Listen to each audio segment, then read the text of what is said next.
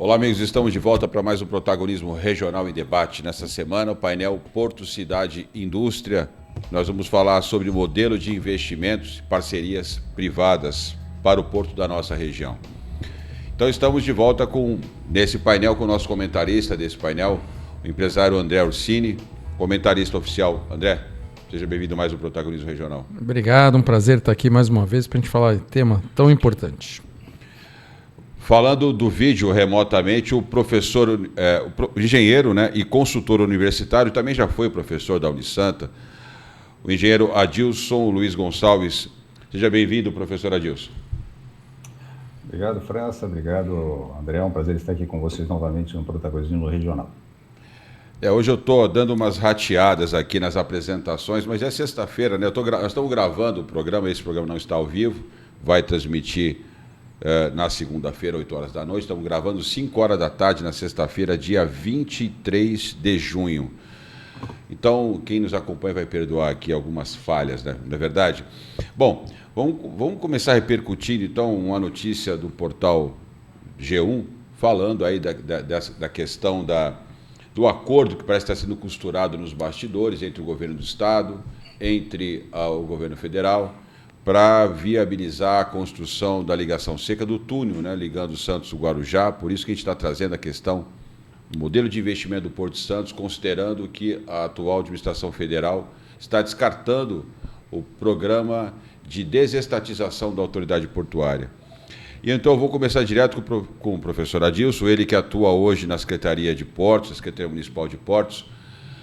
Adilson, como é que você está recebendo essas notícias sobre essa decisão do governo federal e dessa aproximação com o governo do Estado? Eu cheguei a ler que está havendo algumas rusgas entre o governo estadual e o governo federal. Isso é boato? Está acontecendo? Você tem notícia que está havendo realmente um alinhamento? Como é que está isso?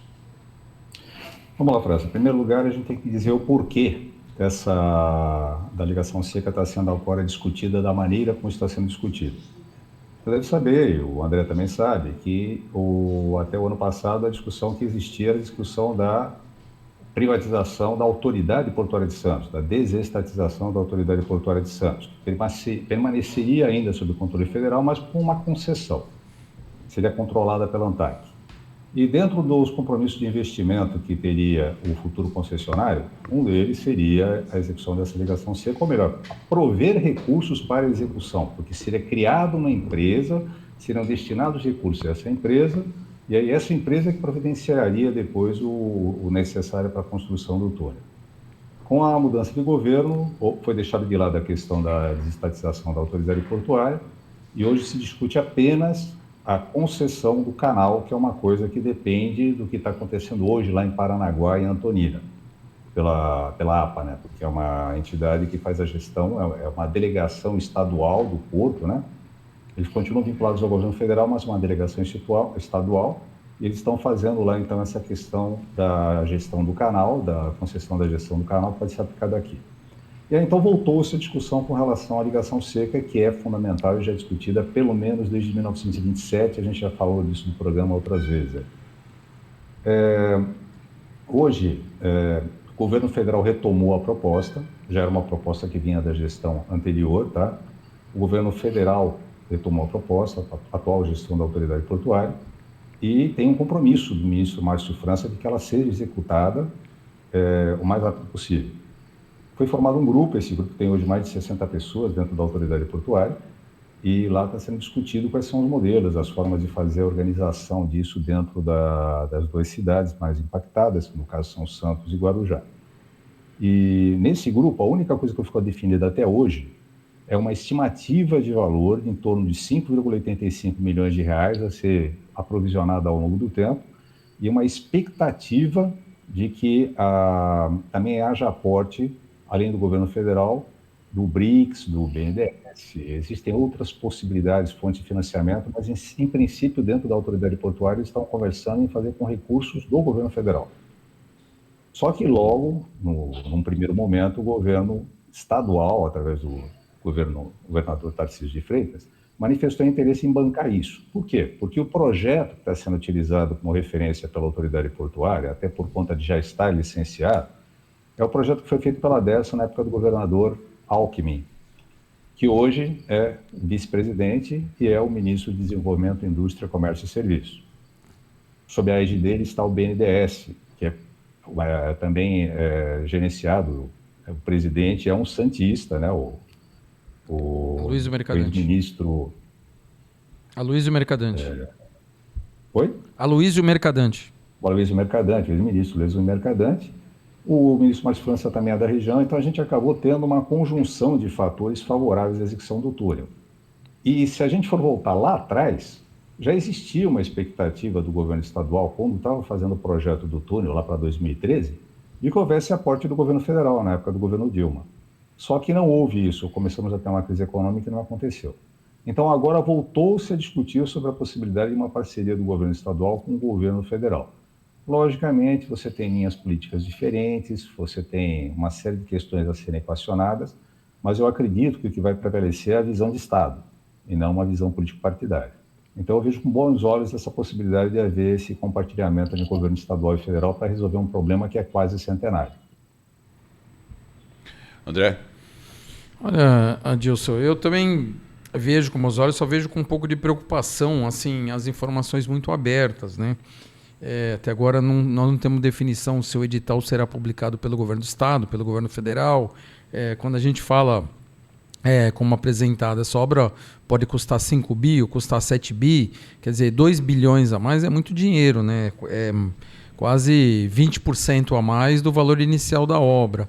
Então, assim, o meu receio com relação a isso é que, por parte do governo federal, tivesse dando algo para poder postergar uma decisão de algo que a gente já sabia que estava tão próximo de ser realizado. Eu tenho um pouco de cautela com relação a isso, tenho um pouco de receio desse modelo que seria bom, né, dele não andar por muitas indefinições. Ainda vejo que é uma conversa muito prematura, assim, muito inicial e muito superficial. A gente que depende, principalmente, a gente tem essa expectativa de que o Porto dê uma grande alavancada de desenvolvimento com essa ligação entre as duas margens, a gente fica um pouco receoso com relação a isso.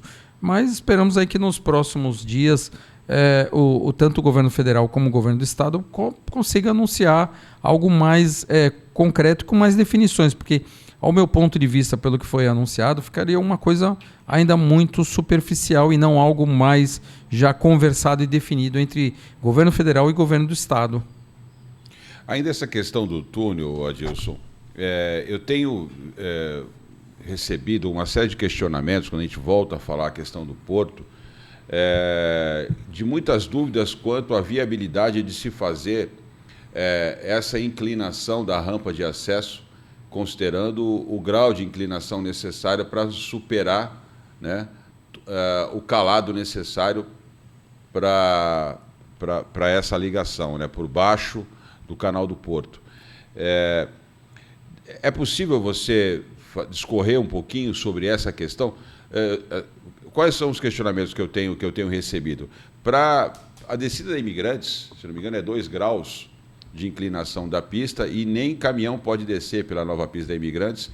E quando se faz o cálculo, parece que são 500 metros a necessidade de distância para o início da boca de descida desse túnel, para que ele possa vencer a profundidade necessária para atravessar o canal do estuário. Você consegue falar um pouquinho mais desse detalhe para essas dúvidas que têm aparecido para a gente, os questionamentos que chegam com frequência durante esse tipo de debate?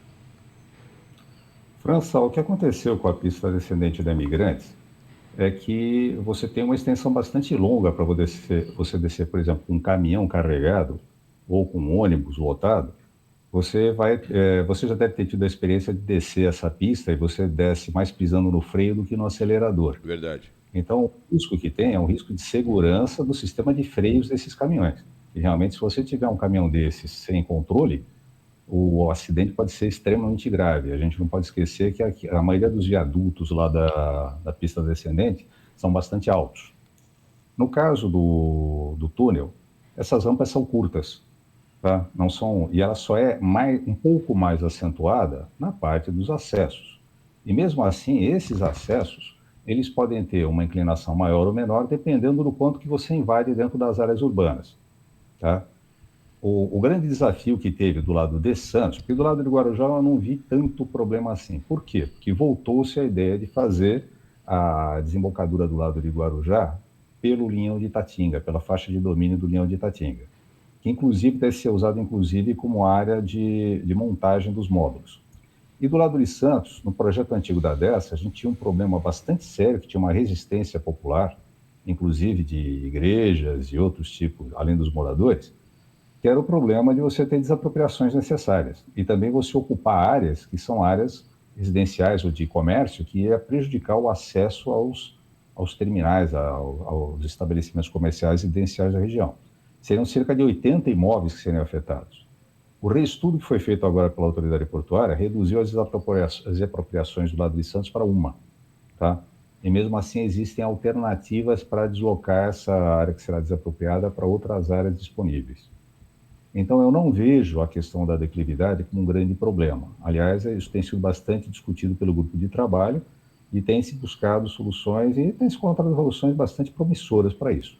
Obviamente, se a gente for analisar qual vai ser o impacto disso nas áreas urbanas dos dois lados, aí a gente vai depender da atualização do projeto executivo, que vamos deixar bem claro até para o André, esses valores têm sido colocados, eu falei para você, dentro do grupo falou-se em 5,85 bilhões de reais. Antigamente, a gente tinha ouvido falar primeiro em 3 bilhões no projeto da DERS. Depois, isso aumentou para 4 bilhões, quando foi feita a revisão, na época que o Tércio era presidente da autoridade portuária. E agora, se ouviu falar de 4 bilhões até 7 bilhões nessa última matéria que foi colocada. Por que está havendo esse tipo de problema? Em primeiro lugar, porque esse tipo de obra nunca foi feito no Brasil. Primeiro ponto, tá? Vai ser uma inovação tecnológica, nós vamos estar adquirindo uma nova tecnologia para ser utilizada no Brasil, que pode ser replicada aqui, pode se transformar até em algo interessante para as empresas nacionais, depois fazer esse tipo de serviço fora do Brasil. Então tem a questão de transferência de tecnologia. E a segunda coisa é que, para você ter certeza do valor a ser orçado, você precisa ter um projeto executivo elaborado com base no projeto conceitual que está sendo estudado. Só assim é que você vai ter a ideia exata do quanto vai custar. Tem até um outro fator que foi levantado pelo engenheiro Tarcísio Celestino, que é do Comitê Brasileiro de Túneis, que ele disse que o túnel não precisaria ser tão profundo. Ele, em vez de ter 4 metros abaixo da cota menos 17, que é a cota prevista de aprofundamento do canal, poderia ter um pouco menos do que isso, que em tese reduziria o custo da obra. Só que aí você esbarra no problema do licenciamento ambiental. Já existe um licenciamento ambiental para obra existente.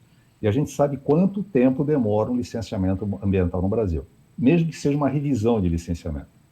Então, eles estão tentando aproveitar, daí até um dos motivos pelos quais essa tentativa de colaboração entre o governo estadual e federal, e você aproveitar um projeto que já foi feito pelo governo estadual, fazer a atualização do licenciamento, revisar o projeto, fazer um novo projeto executivo, mas com base no traçado conceitual, e aí então você vai ter um custo efetivo de quanto vai ser a execução da obra. Sérgio, só para a tua informação, DENIT, ele fala que o ideal seria 5% de inclinação, né? A Imigrantes tem 6,5%, então por isso que a gente tem. E 70% dela, da descida, é por túneis, né? Mas, eu acho que a gente, como coloca a professora diz, a gente tem que aproveitar, primeiro, o licenciamento ambiental, que é algo que a gente sabe que é problemático, e a gente sabe que refazer um licenciamento ambiental a gente não conseguiria terminar dentro desse governo que a gente iniciou agora. Então, quer dizer, seria algo que não ficaria tão próximo de iniciar. A gente está falando aí questão de mais 2 anos e meio, 3 anos, para fazer uma revisão nesses processos, chamar audiência pública, tirar novas licenças, tirar novas aprovações, levar para a CONSEMA, que é o Conselho Estadual de Meio Ambiente. Então, quer dizer, a gente não teria tempo. Então, a gente tem que aproveitar realmente esse processo que tem, fazer as adaptações. O importante é chegar num consenso de que forma viria esse dinheiro. Seria por PPP, seria aí através de obra do PAC, que também é uma possibilidade, mas não está claro, né, por parte do governo federal, se seria dessa forma.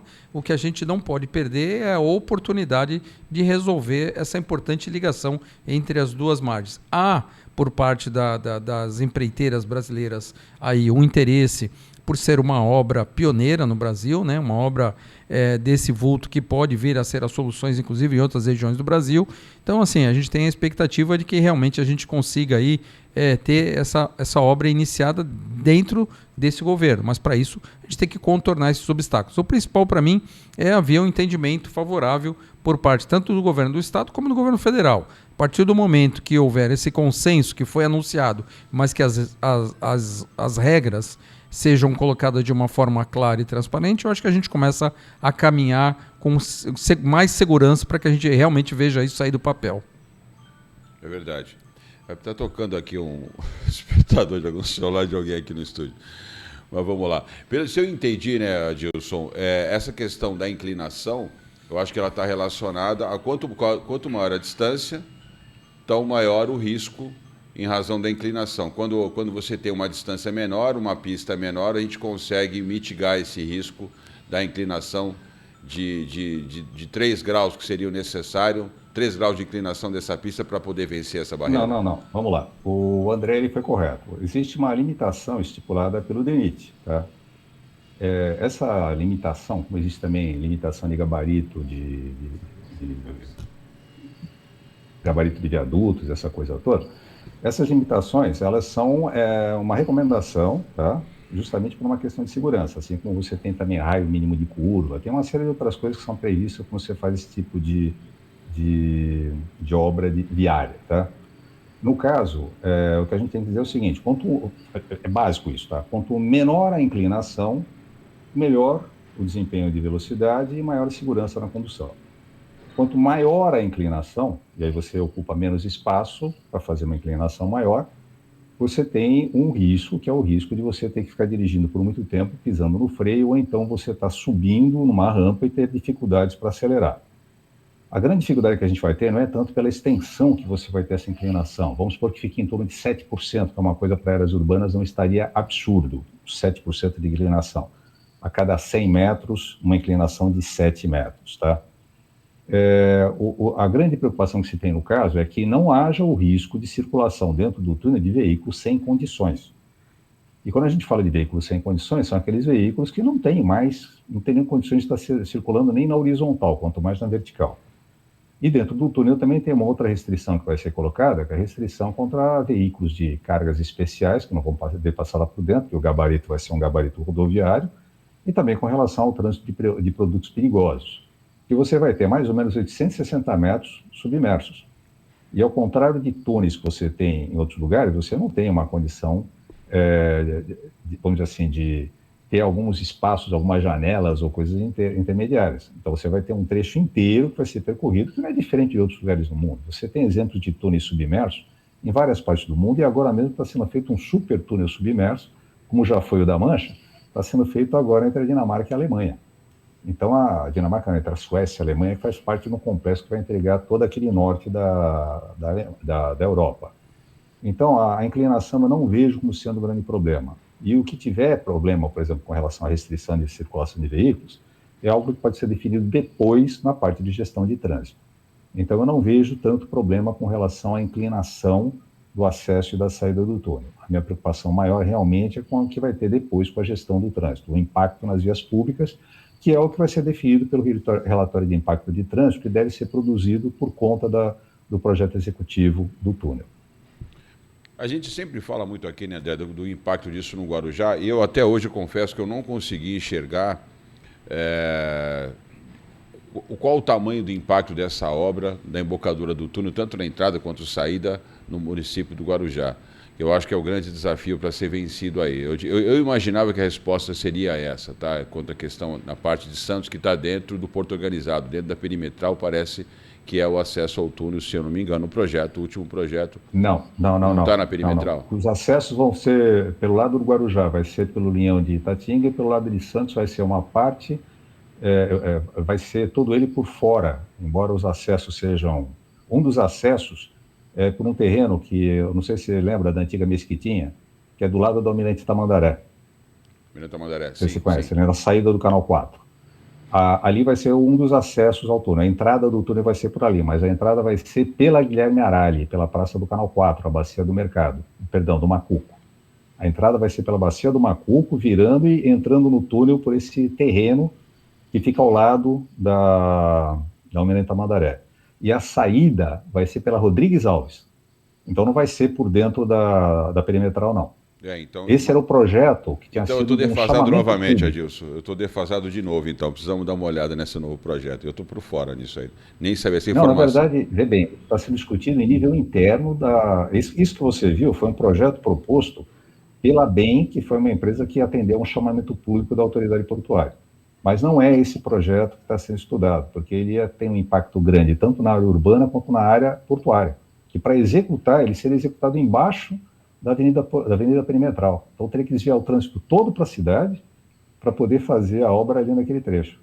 Então ia ser, vamos dizer, seria uma solução interessante, que já tinha sido pensado no final da década de 90, num estudo feito pela Figueiredo Ferraz, mas que ia ter um impacto muito maior. Então, o que está sendo estudado agora, e por isso aqui do lado da prefeitura a gente se preocupa, é que seja feito um relatório de impacto de trânsito para a gente saber exatamente o que essa solução que está sendo adotada agora vai impactar, não só nessas duas ruas que eu citei, que é o Almirante Tamandaré e a Rodrigues Alves, como também em todo o entorno que existe lá, porque, na verdade, vai ser uma grande conexão metropolitana. Várias coisas têm que ser pensadas e resolvidas, porque é uma grande conexão metropolitana. Tanto que do lado do Guarujá, um dos pleitos da prefeitura é que essa conexão chegasse até a Domênico Rangoni.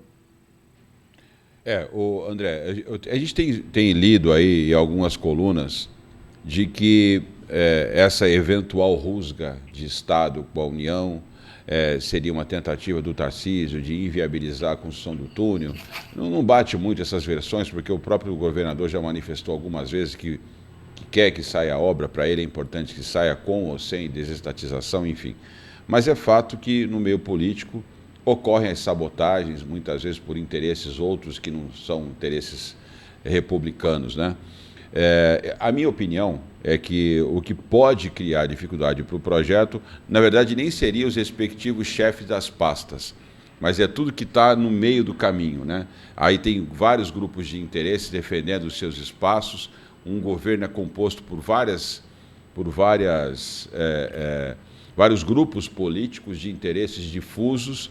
Eu acho que é esse o grande risco para essa obra sair do papel, porque dentro da administração pública tem muita sabotagem, a gente falava disso até no caminho aqui para o estúdio, né?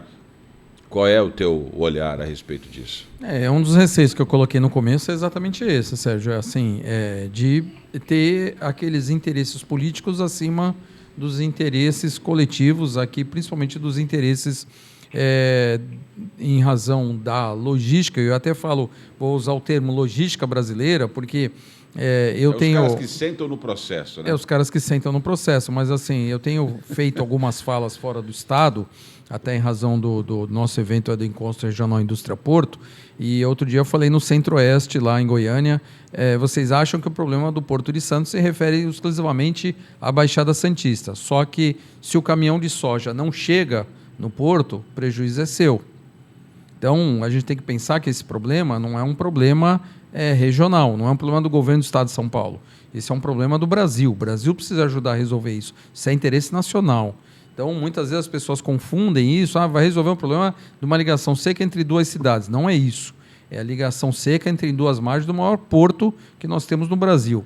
Então, assim, os interesses políticos, às vezes, podem extrapolar os interesses da logística brasileira, os interesses do desenvolvimento econômico nacional, das exportações e importações. Esse é o grande receio. A gente vê um governo federal hoje sem controle, principalmente refém de um centrão ali, onde tem negociado caso a caso com o governo, e de repente ele pode ficar sendo objeto de disputa política de possíveis líderes para controlar o governo no próximo semestre. Então, o meu receio realmente, de quando eu falei no começo, de não ter já definições claras, é de que a gente comece uma nova discussão. Por exemplo, me preocupa muito o fato do próprio governo do Estado estar colocando que vai fazer um acordo com o BID para que o Banco Interamericano de Desenvolvimento faça um estudo de demanda do canal. Quer dizer, esse estudo de demanda, ele é, para mim, o ponto número 2 do projeto. Ponto número 1 é a viabilidade financeira. Aqui se precisa ter um estudo de demanda para saber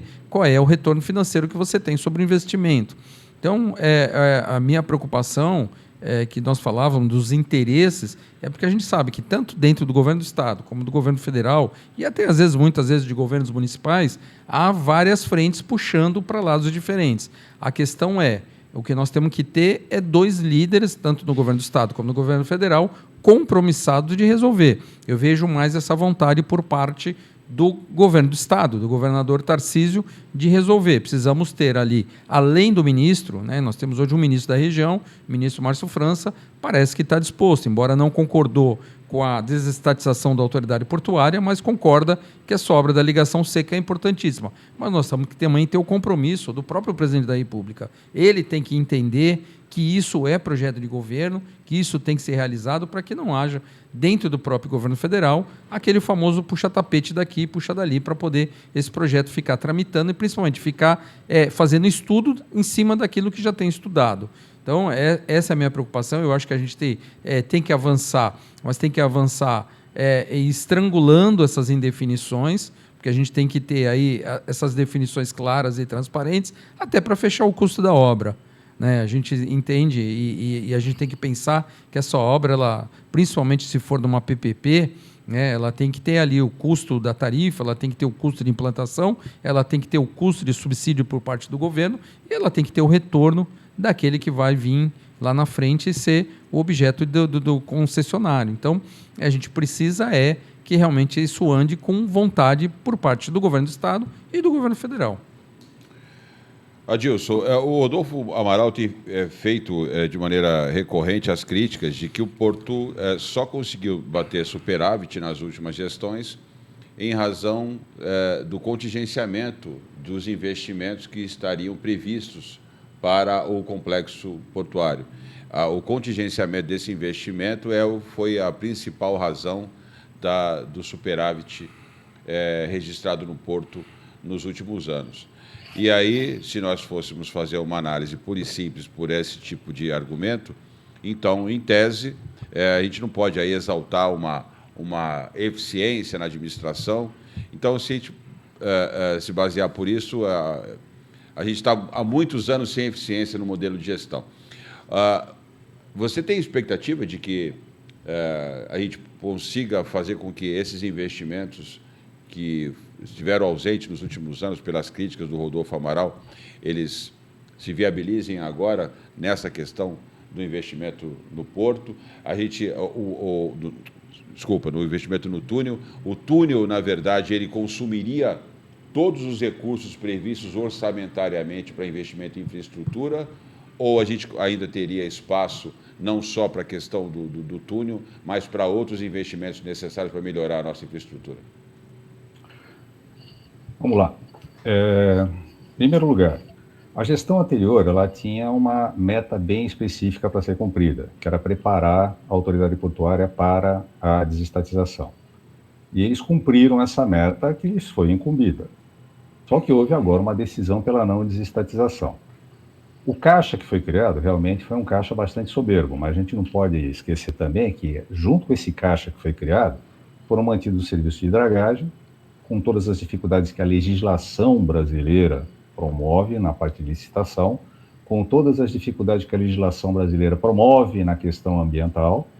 Eles conseguiram manter o serviço de dragagem. Quando teve problema, foi problema de Ministério Público, de gente reclamando, de judicialização, mas conseguiu manter.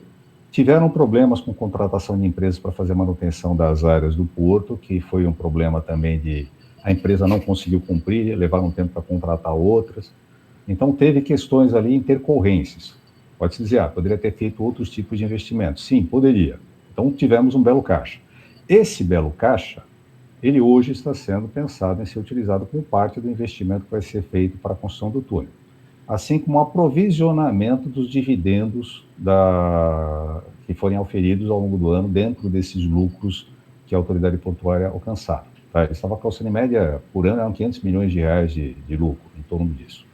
Então, esse dinheiro agora tende a ficar com a autoridade portuária e deve ser aplicado como túnel dentro de outros aportes e sem deixar de fazer outros tipos também de serviços que têm que ser prestados, como a dragagem, manutenção de vias públicas, energia elétrica e outras coisas mais.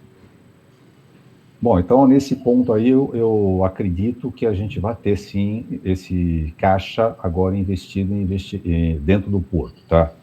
Em segundo lugar, a gente não pode esquecer que anualmente o porto arrecada cerca de 200 bilhões de reais em tributos para todos os níveis de governo. Essa obra aqui, sendo feita aqui entre Rio Grande do Santos e Guarujá, é uma, vamos dizer assim, é uma forma de você retribuir para a região todo o lucro que ela proporciona para os estados, para o governo, tá? E para todas as empresas que atuam dentro do porto também. Volto a dizer, como o próprio André já falou, nós não sabemos ainda qual é o preço. Estudo de demanda, me perdoe, quem fez o primeiro estudo de demanda foi Francisco Prestes Maia, em 1948, publicou em 1950 o plano de Santos, tá? O planejamento urbano de Santos, em que apontou já a necessidade de 3 ligações secas na cidade, e uma delas era nessa região onde está sendo feito o estudo do túnel hoje.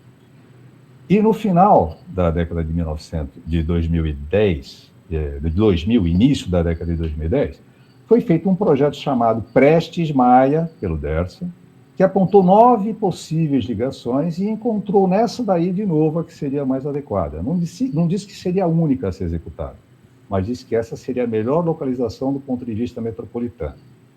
A matéria de hoje do G1 tem uma incorreção. Ela fala que a movimentação de balsas prejudica a movimentação de navios. É o contrário. Não. É a movimentação de navios que prejudica a movimentação de balsas e barcas. Tá? E essa movimentação de balsas e barcas é sim responsabilidade do Estado, porque cerca de 78 mil pessoas cruzam diariamente o canal entre barcas, balsas, catraias e outras coisas mais, para poder trabalhar, estudar, atendimento médico e tudo mais, entre as duas cidades.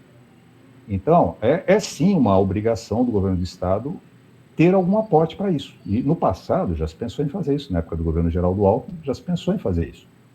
Então, eu creio que a gente vai ter sim essa conjunção do governo do Estado com o governo federal, seja através de uma PPP simples, através de uma PPP patrocinada, que também é importante destacar que aquele estudo da Figueiredo Ferraz do final dos anos de 1990 já tinha dito que o custo da obra estimado, na época, ele não conseguiria ser amortizado nem em 35 anos. Tá? Então, não daria para a iniciativa privada bancar isso. Então, o que a gente imagina é que o CAPEX, que é o custo da execução do empreendimento, e o OPEX, que é o custo de operação do investimento, e que não esqueça que uma empresa concessionária tem que ter lucro, tá? Esses aí sejam feito um compartilhamento entre governos e iniciativa privada, talvez por meio de uma PPP patrocinada, em que o governo entra com uma parte do dinheiro e a iniciativa privada entra com outra parte do dinheiro para criar o investimento. Então, na verdade, é uma obra que interessa tanto ao porto, para não ter problema com a circulação de embarcações, interessa ao porto por ligar as margens, interessa ao governo do Estado e às cidades por fazer a solução de um problema de mobilidade urbana. Eu ainda acrescento que o governo do Estado, além de ter que se preocupar com essa questão do túnel, tá, ele também tem que se preocupar em providenciar uma nova ligação de carga entre o Planalto e a Baixada. Porque hoje a gente continua tendo somente um meio de chegada de carga no Porto de Santos, que é a pista descendente da Anchieta. A gente precisa ter uma nova pista. E essa nova pista pode ser, por exemplo, a linha verde, que é aquela proposta de ligação de Suzano com a área continental de Santos. Por que eu digo isso? Porque a gente já teve problema com a pista descendente, que ela chegou no lugar onde ela chegou, e a gente até hoje ainda está resolvendo os problemas viários gerados por essa pista. Então, colocar uma terceira pista chegando no mesmo lugar, a gente precisa ter muito cuidado, porque vai aumentar o problema, não vai reduzir. Então, o governo do Estado também tem que pensar nessa nova ligação para carga entre o Planalto e a Baixada. A gente tem acompanhado essas críticas, né? Na verdade, o Rodolfo ele tem tirado números da previsão orçamentária e dizendo quanto a gente está perdendo em termos de execução orçamentária nos últimos anos. Então, vamos torcer, né, Adilson, que a gente consiga, de uma certa forma, com toda a discussão, com toda a polarização da política no Brasil agora, a gente consiga ter medidas efetivas. André, fica à vontade. Não, o Adilson tocou num ponto importante que eu venho falando já tem quase 4 anos, né? A gente ainda não definiu a nova ligação entre o Planalto e a Baixada. A gente sabe que há um esgotamento físico do sistema Anchieta, que é a única opção de descida dos caminhões. A gente acabou de falar, não descemos pela Imigrantes com caminhões pesados, e esse tem um esgotamento físico em 2035 da sua capacidade de operacionalizar os caminhões que hoje exercem atividade diária entre o Planalto e a Baixada. E a gente sabe que um projeto desse, de uma obra de infraestrutura como essa, a gente demanda de projeto, demanda licenciamento ambiental, desapropriação de algumas áreas que sejam necessárias, a própria execução da obra em si. Então, a gente já está atrasado com relação a uma nova opção, né? Teve a questão de 2 anos e pouco atrás, me lembro de ter entrevistado o ex-secretário de Logística do Estado de São Paulo, João Otaviano, que faleceu recentemente, quando um caminhão com uma carga de algodão pegou fogo dentro de um dos túneis de descida. E eu falei, se tivesse condenado fisicamente aquele túnel, o que nós teríamos de opção? Né? Não teríamos mais, teríamos a pista ascendente da Anchieta, que faria o papel da pista descendente, e teríamos que sacrificar uma das pistas. Então, quer dizer, a gente hoje, falando de planejamento, de investimentos, de aumentar a capacidade, de gerar o aumento de produção do porto, mas se nós não tivermos uma definição de uma ligação, de uma nova ligação entre o Planalto e a Baixada, a gente fica muito limitado. Por quê? Porque nós não temos também, principalmente por parte do governo do Estado, é uma coisa que eu já venho também falando há bastante tempo, um plano de incentivo de vinda de indústrias para a região da Baixada. Nós temos ali a área continental, o Adilson sabe disso, há muitos anos ele fala de construir condomínios logísticos no formato de zona de processamento de exportação. Eu, desde 2008, venho falando isso, quando essa lei foi aprovada no governo federal, tive na época com o ministro do MIDIC, falando da importância de se trazer a indústria de transformação para a Baixada, porque, afinal, muitas vezes recebemos mercadorias aqui pelo Porto de Santos, matéria-prima, acabamos levando para outras regiões do Estado, utilizando o sistema Anchieta Imigrantes. Isso aí é feito o processamento, que é onde gera recurso, que é onde faz o grande ganho do negócio, e muitas vezes exportado, volta para se exportar. Isso poderia ser feito na Baixada. A gente poderia receber alguns exemplos que eu tive quando fiz pesquisa lá atrás do Andaraguá, quais eram os segmentos. Segmento farmacêutico é um, segmento da indústria têxtil é outro, segmento das montadoras de automóveis elétricos que vem aí é outro. Quer dizer, temos vários segmentos, segmento de tecnologia,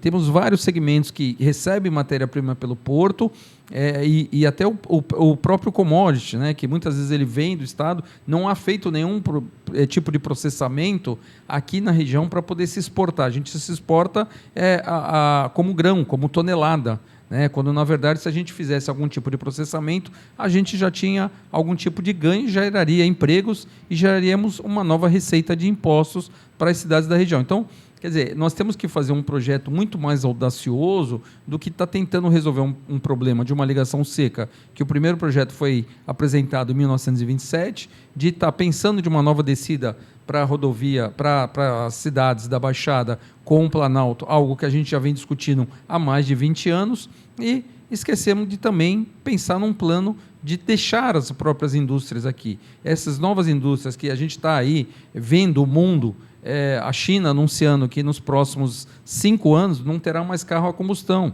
só teremos carros elétricos circulando na China, porque eles têm um plano audacioso de financiamento de longo prazo para troca de frota, e o Brasil ainda sem pensar onde vão ser as montadoras de automóveis elétricos. Eu, em 2016, visitei na Europa 26 montadoras de automóveis. Tive na Peugeot, Renault, Citroën, fiz várias na França, fiz na Alemanha, porque esses automóveis vão ser fabricados, os componentes na China, e montados nos países. E isso vai acabar chegando pelo Porto de Santos, né? Vai ter que subir, e muitas vezes a gente vai acabar, até por uma guerra fiscal de estados, né, na questão do tributo estadual, indo, às vezes, para o estado da Bahia, para o estado de Minas, para o estado de Goiás, e esses automóveis sendo montados, e muitas vezes eles retornam ao Porto de Santos para ser exportados para países aqui ao lado, como a Argentina, levando aqui para o Mercosul, para o Chile. Então, a gente precisa ter uma política mais agressiva de desenvolvimento regional, que eu sempre falo, desenvolvimento regional integrado dos municípios da Baixada, para também até facilitar o governo do Estado, diminuir uma necessidade de um pós-investimento desses investimentos que nós estamos falando agora, de deixando as indústrias de produção na Baixada, né? Então, assim, a gente tem que pensar como o Adilson falou, não é só resolver o problema da ligação seca, é resolver um problema de acesso ao Planalto, essa ligação que precisa ser feita com a Baixada, mas também pensar que se não tiver um plano agressivo de vinda de indústrias para a Baixada, quando digo agressivo, na questão tributária, principalmente, porque é o que leva a decisão dos grandes investimentos internacionais para vir, e a gente tem visto aí o Estado de São Paulo tem, através do secretário de Desenvolvimento Econômico do Estado, feito uma rodada de negócios em várias regiões do Estado, e a gente vê que outras regiões elas têm projetos vindo, investimentos da ordem de bilhões e bilhões, e a gente não vê isso acontecendo na Baixada. A gente vê investimentos nos terminais, a gente vê investimentos na parte do transporte ferroviário, mas a gente não vê investimentos na montagem de novas indústrias. Isso a gente precisa ter também no nosso dia a dia de discussão para que a gente gere essa nova opção que é produzir na Baixada Santista. Eu estava aqui fazendo um levantamento, até por causa dos argumentos que eu usei, das críticas do Rodolfo Amaral. Tem um dos artigos que ele publicou, que ele cita aqui alguns números que eu acho que a gente pode até comentar, hein? A razão pelas quais ele anda um pouquinho, tanto quanto cético, né? Ele cita aqui no artigo, por exemplo, que entre 97, né, acho que é isso aí, entre 2007 e 2016, o nosso Ministério de Infra conseguiu executar cerca de 31% do orçamento de investimento previsto. 10 anos antes, conseguiu executar 43%. Só que de 17 a 22, pouco menos de 11% do orçamento previsto. E ele fala que nesse período, somado todo esse período, foi mais de 11 bi, né, que a gente perdeu em termos de investimento, que aquilo que seria previsto orçamentariamente. Então, é um número bastante expressivo, você daria para fazer 2 túneis, né, praticamente. E aí ele faz mais ele aponta mais um número preocupante, porque ele fala do orçamento do Ministério de Portos e Aeroportos, 445 milhões, sendo que disso, 140 estão ligados a investimentos para infraero e parte disso também, 58%, para a Companhia Docas do Rio de Janeiro, que já tem hoje um prejuízo de 258 milhões do último exercício e um acumulado de 3,1 bilhões de prejuízo acumulado na Companhia Docas do Rio de Janeiro. Então, é o que está vinculado ao Ministério que comanda o Porto de Santos. Então, aí fica a pergunta de onde vem o dinheiro para fazer tanta coisa, tanto investimento aqui no Porto. Essa é uma das razões pelas quais o ex-ministro, o atual governador Tarcísio de Freitas, defendia a desestatização para que viesse dinheiro privado para esses investimentos. Adilson, de maneira mais clara possível para quem está acompanhando, é passível de preocupação esses números que o Rodolfo tem apontado, porque a gente não executou orçamento, ele mostrou ali 30% no período de 17 a 22, de 2017 até 2022. Antes disso, não chegou a 44% de execução orçamentária, e isso caiu ainda mais no exercício atual. Até porque estava previsto o processo de desestatização, né? Então, acho que isso também fez com que não houvesse a previsão orçamentária para esses investimentos todos. É motivo de preocupação realmente isso? Será que o setor público vai conseguir fazer esses investimentos ou trazer o setor privado para compensar todos esses gargalos? França, a discussão sobre privatização, ela sempre teve muito a ver com as dificuldades do poder público de executar os seus orçamentos, ou até de ter dinheiro para poder fazer orçamento. Se a gente for analisar, muitas das obras foram atrasadas ou até não realizadas no Brasil, ou inviabilizadas no Brasil, de licenciamento, por conta de licenciamentos e por conta de judicializações. Perfeito. A gente teve casos claros aqui na região, e o André é um dos que foi vítima disso, ao ponto de você ter um juiz dizendo que uma obra que ia gerar milhares de empregos e tributos que seriam utilizados para melhorar a qualidade de serviços públicos, ser considerada uma obra que não tinha interesse público. Quer dizer, olha a visão limitada que as pessoas que analisam têm das consequências dos seus atos. Há um mau entendimento que se tem do que é sustentabilidade. O pessoal acha que pensar em social garantir comunidades diferentes, tal, que não são comunidades urbanas, e garantir preservação de certas áreas, enquanto outras estão sendo abandonadas ou deixadas de lado, ninguém resolve nada, e você poderia, por compensações desses empreendimentos, estar fazendo isso. Então, eu acho que o primeiro grande problema que a gente tem é como a gente consegue fazer obras públicas, com dinheiro público, com os atuais mecanismos de licitação. Agora saiu uma lei nova, né? Entrou agora em vigor, em substituição 8666, teve um tempo para vigorar, 2 anos, e agora ela passou a valer. Mas, mesmo assim, ela continua tendo restrições. E a gente vai continuar tendo restrições ambientais. Mesmo quando foi anunciado pelo governo, pelo Congresso Nacional, que estava propondo que fossem tiradas certas atividades do Ministério do Meio Ambiente e do Ministério do Povo Indígena, pensei, caramba, você pode tirar o que você quiser, o Ministério Público vai continuar fazendo o que eles querem, porque a legislação não está sendo alterada. Não adianta você mudar a atribuição de ministério se você não mudar a legislação. Então, não adianta. Então, esse vai continuar sendo um grande problema na área pública e também vai ser da área privada. Também vai ser da área privada. O problema é o seguinte, tirando essas duas questões que eu falei, da parte da contratação, das licitações que envolvem as judicializações da parte de licenciamento ambiental, qual foi, então, a alternativa, entre aspas, que o governo federal e os governos, de uma maneira geral, tentaram encontrar ou encontraram para tentar não ter que depender desse tipo de protelações sistemáticas que ocorrem? Foi através das concessões e através, mais recentemente, das autorizações. Porque concessão continuava sendo uma coisa pública que era oferecida a terceiros, era feita uma licitação, etc. e tal. As autorizações são um modelo um pouco diferente. Começou com ferrovia e já vem sendo aplicado isso na área portuária faz tempo, nos terminais de uso privado, que é um privado está interessado em fazer uma determinada coisa, procurar o governo verifica, tem mais alguém interessado? Se não tiver, faz ele. Se tiver, aí vamos ver quem é que tem a melhor proposta. Então, essa foi uma alternativa da iniciativa privada participar mais diretamente do processo de execução de infraestrutura, logicamente pelo interesse dela. Tá? A Ferrogrão, não, em princípio, pode dizer, não, o governo não está interessado, mas pode ser interesse de uma iniciativa privada que quer levar carga de um lugar para outro lugar.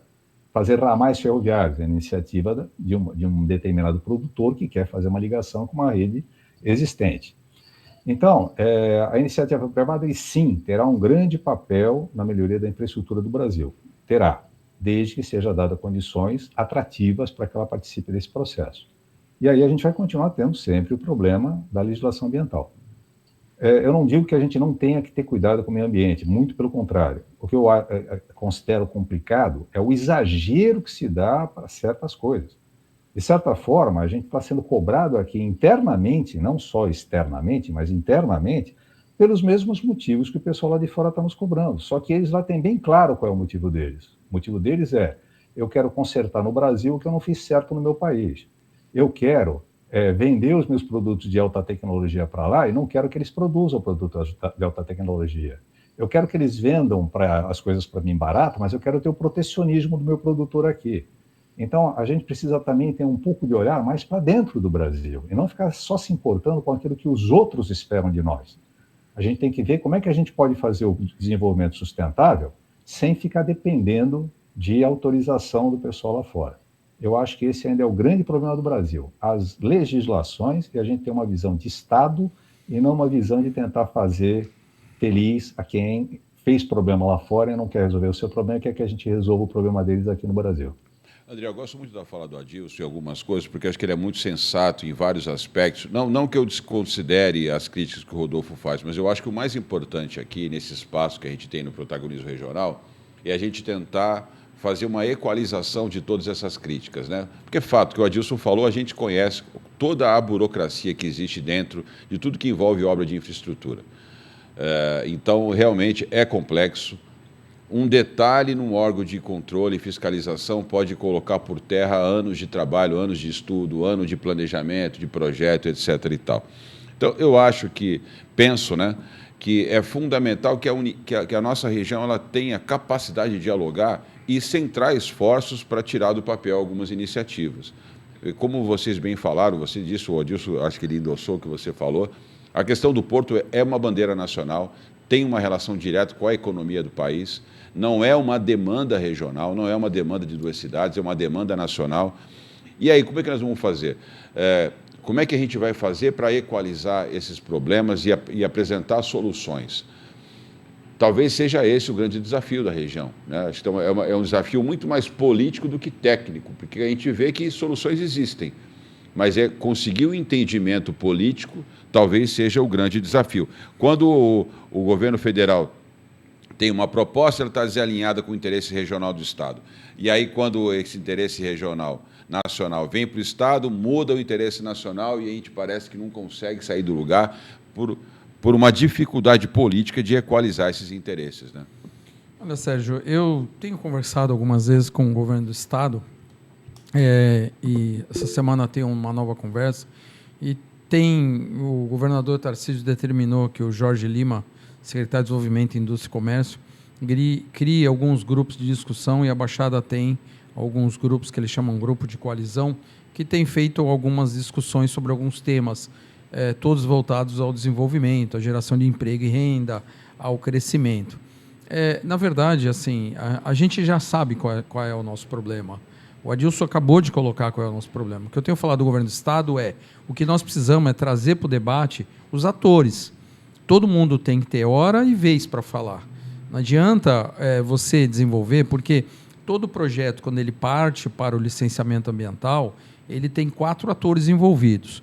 O Poder Público Municipal é aquele que tem a legislação pertinente ao uso e ocupação do seu solo. O Poder Público Estadual, no caso, o órgão licenciador, que pode ser estadual ou federal, tem o empreendedor, que é aquele que quer fazer o empreendimento, que muitas vezes o próprio empreendedor é o governo estadual ou o governo municipal, que ele quer fazer algo, e o Ministério Público, que é o órgão fiscalizador de todo esse processo. Cabe a ele fiscalizar aquilo que está sendo feito pelo licenciamento ambiental, pelo órgão licenciador, pelo órgão municipal, pelo empreendedor, que muitas vezes o empreendedor também pode ser órgão público. Então, o que tem que ser colocado na mesa? Tem que ser colocado o seguinte: todo mundo vai falar na hora e o momento exato. O que não pode é deixar de falar e depois questionar com ações judiciais para paralisar aquilo que está sendo feito. O que não pode é você contratar, adquirir um financiamento. Muitas vezes o município, o caso do VLT em Santos foi um caso clássico, né? Muitos anos de luta para se conseguir. Na hora que você vai executar a obra, começam a ser questionados se aonde o VLT está sendo correto ou não. Teve tempo de falar, teve época de falar. Mas eu posso entrar judicial. Não me interessa. Então, é isso que prejudica o desenvolvimento. Eu acho que esses atores têm que ser colocados todos numa mesa e eles têm que entender que desenvolvimento, o Adilson citou a palavra sustentabilidade. O desenvolvimento sustentável não quer dizer não a tudo, porque o não a tudo, ele acaba desenvolvendo o ilegal. Porque muitas vezes, você vê a questão da habitação na Baixada Santista. Nós temos o 2º maior déficit habitacional do Estado. Nós só perdemos para a região metropolitana da capital. Depois da região metropolitana da capital é a Baixada Santista. Por que nós temos tantas áreas ocupadas de forma desordenadas? Caso de São Vicente, Cubatão, Guarujá. Por quê? A dificuldade de você fazer um empreendimento da forma legal é tão grande que favorece a invasão e a ocupação de áreas de uma forma desordenada, sem saneamento básico, sem esgoto, sem energia elétrica, muitas vezes dominadas pelo crime. Então, você achar que isso é uma forma correta e sustentável é o maior erro que o poder público ou aquelas pessoas que atuam um cargo no momento... É a forma burra. Tem de poder achar que está barrando. Não estão barrando. Elas estão prejudicando o desenvolvimento sustentável. O que tem que ser colocado nós temos que voltar a crescer. Nós temos aqui na Baixada Santista o índice de desemprego maior da média nacional, do que a média nacional. Por quê? Porque muito do que é desenvolvido na Baixada, ela veio da atividade portuária. E a atividade portuária, ela ficou, nos últimos anos, cada vez mais automatizada, mecanizada, batendo um recorde de movimentação, mas muitos dos postos de empregos manuais perderam a chance de mercado. E esses postos não foram reaproveitados, por exemplo, se a gente tivesse aqui a indústria de produção.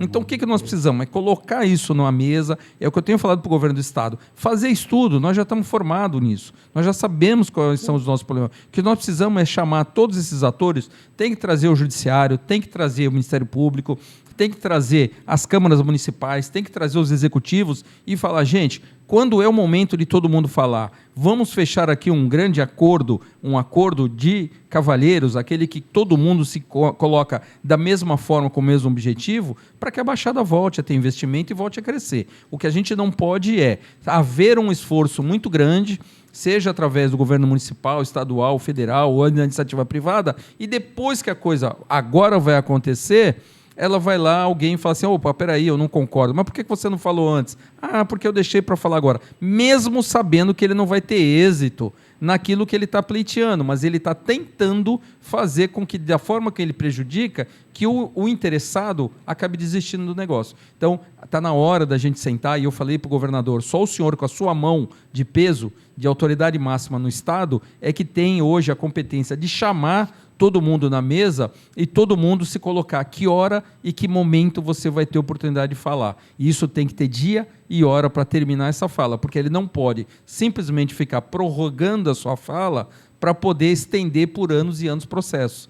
Esses processos eles têm que ter começo e eles têm que ter data para terminar. A partir do momento do protocolo, se alguém não se manifestar, perdeu a vez de falar. Não adianta depois questionar, porque eu não tive. Não, você teve momento de falar, você teve momento de opinar, de criticar, de sugerir. Tudo isso é colocado. Então, o que a gente precisa hoje, precisa dessa união, precisa do entendimento de que a Baixada precisa voltar a crescer. A gente tem a solução. O que a gente não está tendo hoje é a unidade de todos para todos trabalharem com o mesmo objetivo. Tá, tipo, eu quero, o outro fala, não, eu não quero, mas aquele que não quer, ele não quer por quê? Ele não quer porque não quer ver a região desenvolver. Então, ele precisa entender que o desenvolvimento sustentável ele tem que vir da forma correta, porque senão a gente vai ter cada vez mais ocupações diárias. E se você pegar, Sérgio, eu já acompanhei muitas ocupações diárias, grande parte dessa população que ocupa áreas vem de outros estados, estado do Paraná, Santa Catarina, eles vêm para cá porque eles sabem que aqui ele acaba fazendo disso uma indústria. Você pega casos, como foi o caso do Andaraguá, que eu fiz lá a reintegração de posse de 1.638 unidades que estavam no local, 99% era de outros estados. Então, o que é isso? Virou uma grande indústria. Eles sabem, a cada etapa dessa ocupação, dessa invasão da área, quanto eles conseguem comercializar.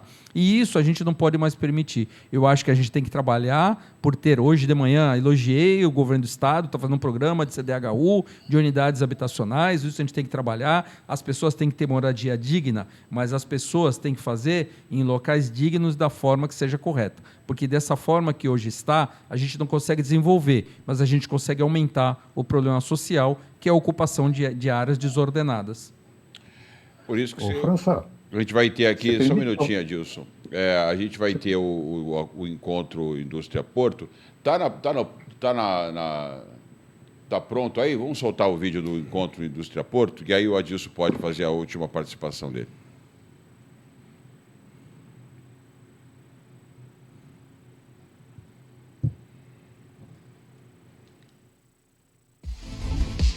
O Porto de Santos é fundamental para o escoamento dos bens e mercadorias produzidos na sua área de influência. Também é de extrema importância para vários estados brasileiros. O enorme potencial econômico da Baixada Santista cria a necessidade de unir o setor da indústria ao Porto de Santos.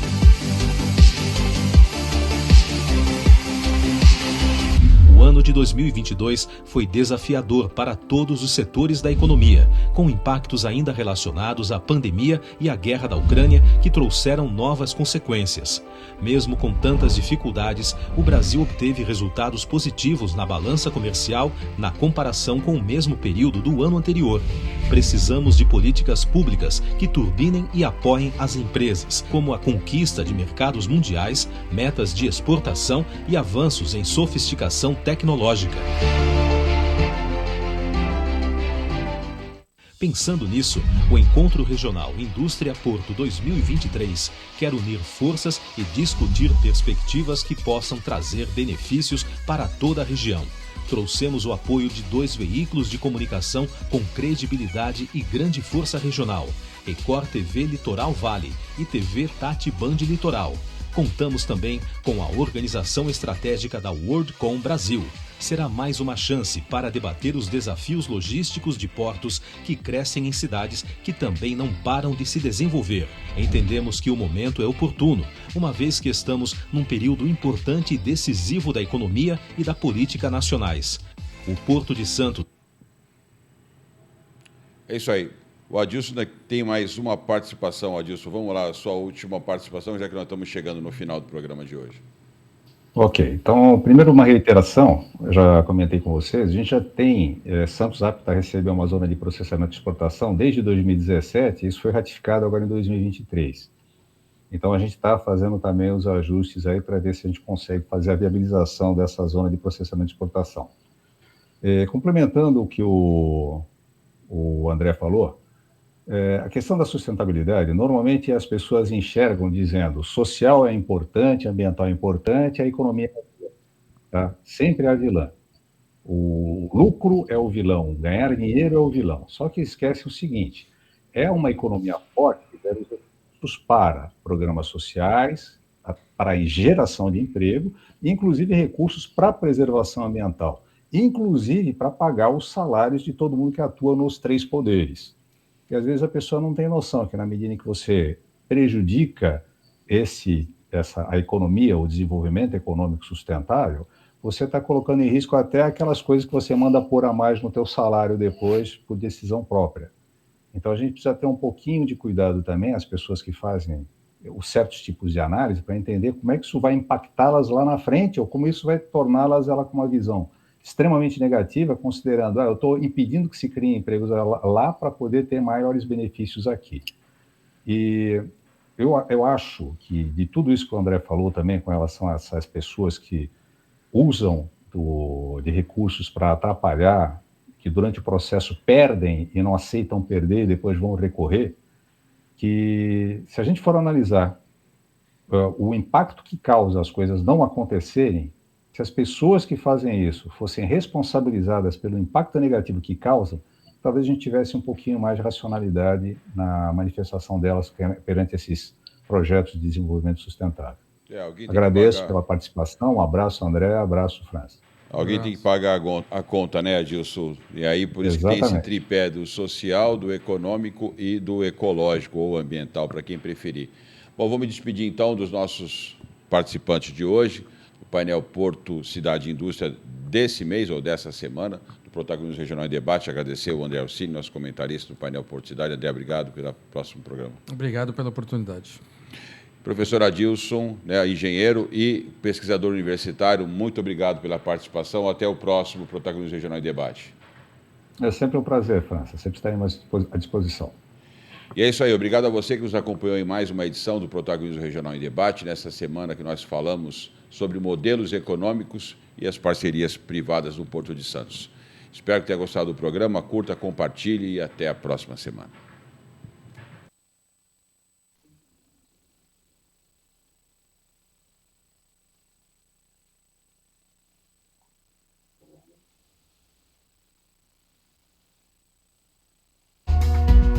Estou sim, senhor. Estou sim, senhor.